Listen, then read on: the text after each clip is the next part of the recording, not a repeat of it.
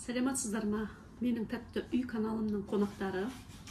Сіздермен бүгін бірге мен Райхан алма қосылған рулет жасайтын боламыз. Ол үшін біздерге алма 5-6 дана, 1 лимонның соғы керек болады, қант 70 грамм, корица азғантай, сосын кукуруздың крахмалы.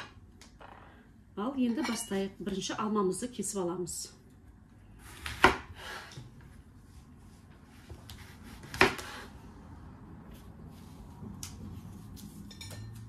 Алмамыздың ішіндегі дәндерінен тазалап аламыз.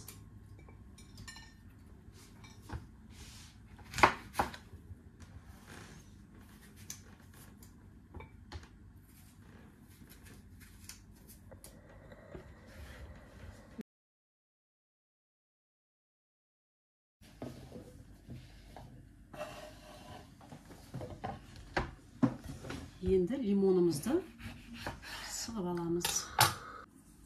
Лимонымыздың соғын сығып аламыз.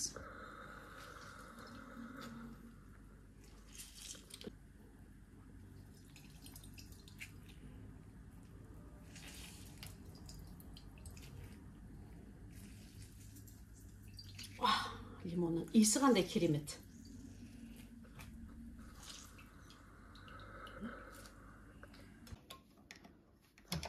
Кастрюлемізді қойып алдық. Енді осыған алмамызды салып,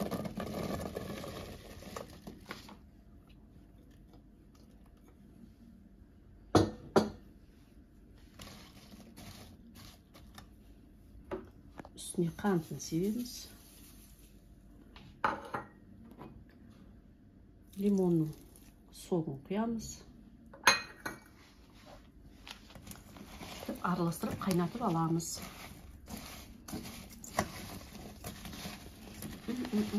Иісі қандай керемет, лимон мен алманың иісі деген.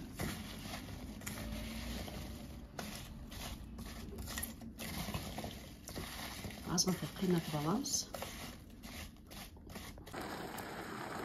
Алмамыз соғын шығарып, осылай әдемі болып пісіп жатыр. Енді осының үстіне біздер кукуруз крахмалы қосамыз.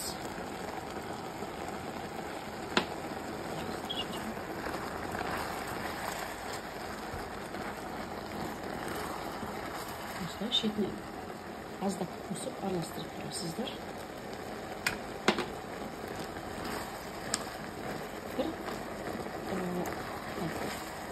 Bir столовая ложка.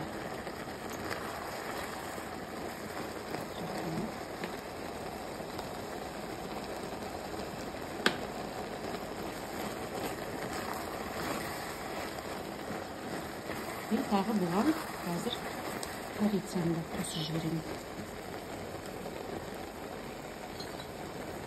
Мынандай кішкентай десертный ложкамен бір қасық. Корица қосу өз еркіңізде, қоссаңыздар, қоспасаңыздар болады. Бірақ қоссаңыздар өте керемет, иісі де керемет, дәмі де керемет болады. Иісі қандай керемет болып жатыр. Ал біздің алмамыз дайын болып қалды.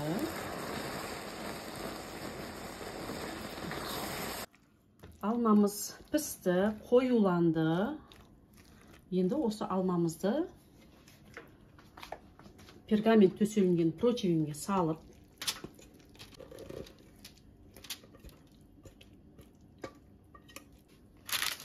противенға осылай деп барлық жағына жеткізіп жайып аламыз.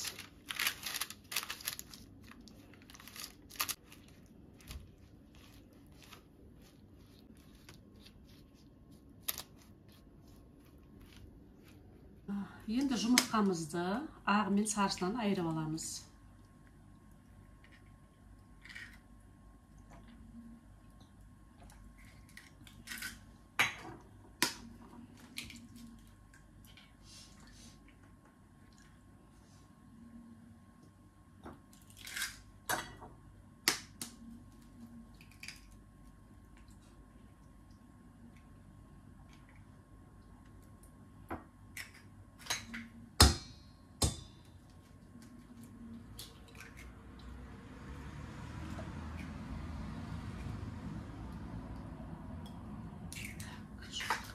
Енді белогымызға қасықтың ұшымен азғантай тұз себеміз.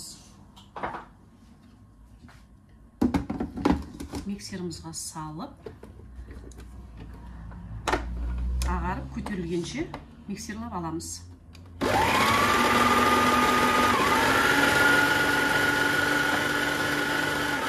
Қантымызды аздап қостырамыз.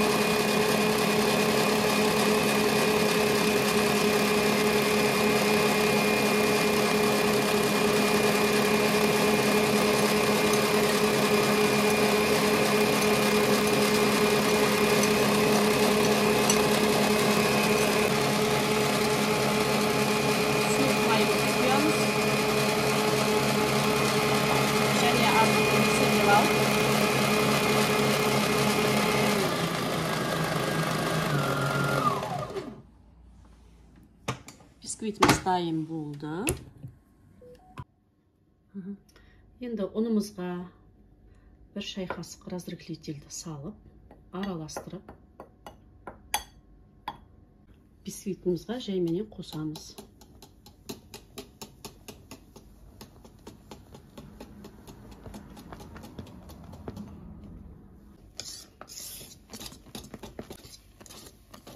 Dayım болды.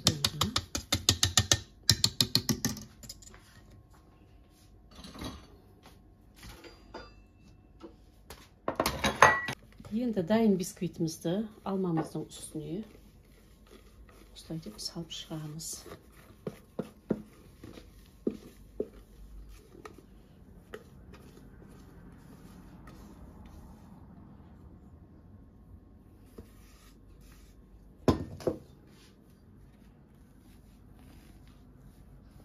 Енді осылай деп бір тегіс етіп, бұрыш-бұрыштарына тегізіп, алмамыздың үстінен жайып аламыз.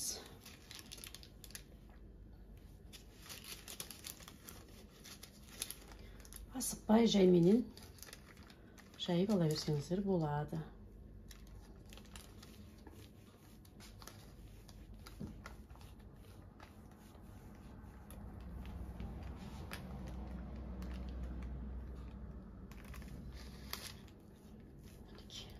Духовкамызды 180 градуста қыздырып қойдық. Духовкамыз қызды. Духовкамызға рулетімізді саламыз. Где-то 10-15 минутта пісіп қалуы керек. Мен нақты уақытысын засекать еткен жоқ екенмін. Енді осы жолы білетін боламыз. Неше минутта пісетінін.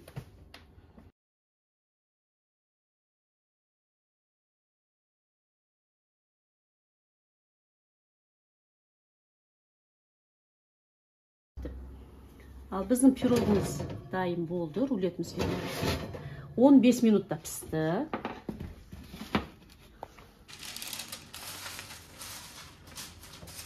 Пісіп шыққан бисквитімізді енді алдардан аламыз.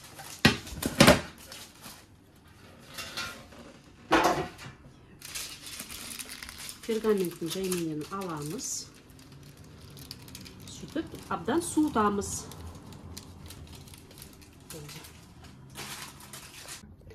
Кремге 300 грамм сливочный сыр,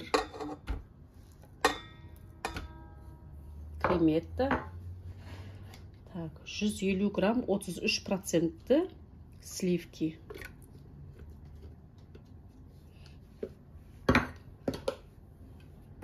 жақсылап миксеріп аламыз. Оған еще сахарная пудра 100 грамм.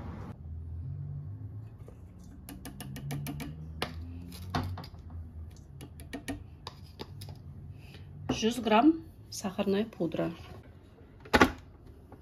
Ал енді жайменен кремімізді айналдырып аламыз.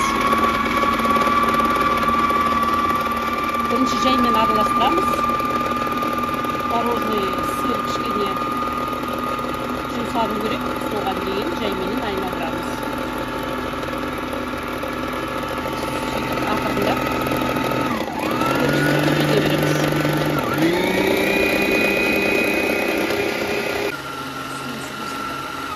Ашайшыш пока. Так, кремimiz дайын болды.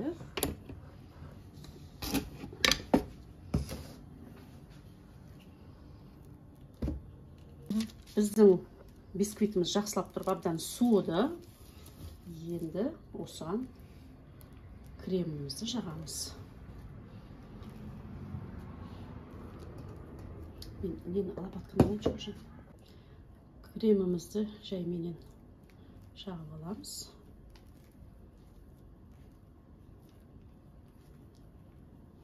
Так, лопаткамен ыңғайлап.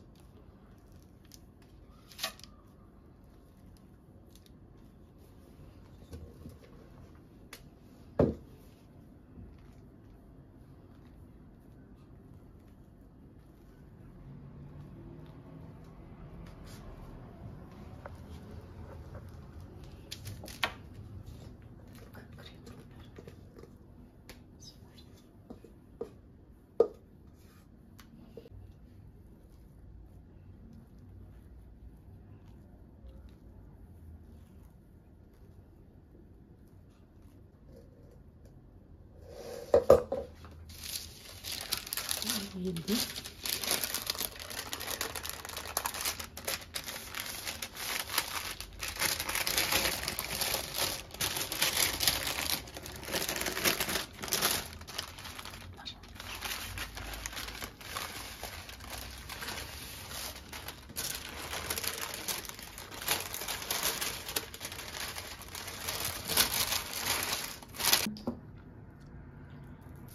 үстіне сахарный пудра сеуіп, енді өздеріңіз қарайсыздар, сіздерге қалай ұнайды. Сахарный пудрамен ба жоқ, үстін креммен әшекейлеп, ортасына жаңғақ сепсеңіз де болады. Клубникамен неше түрлі өзіңіз қалаған жаңағы ягодаларыңызбен әшекейлей берсеңіз болады. Ал біздің өте керемет рулетіміз дайын болды. Иісі де, дәмі де керемет шығар. Иісі енді точно керемет. Ал дәмін енді сіздермен бірге татып көрейін.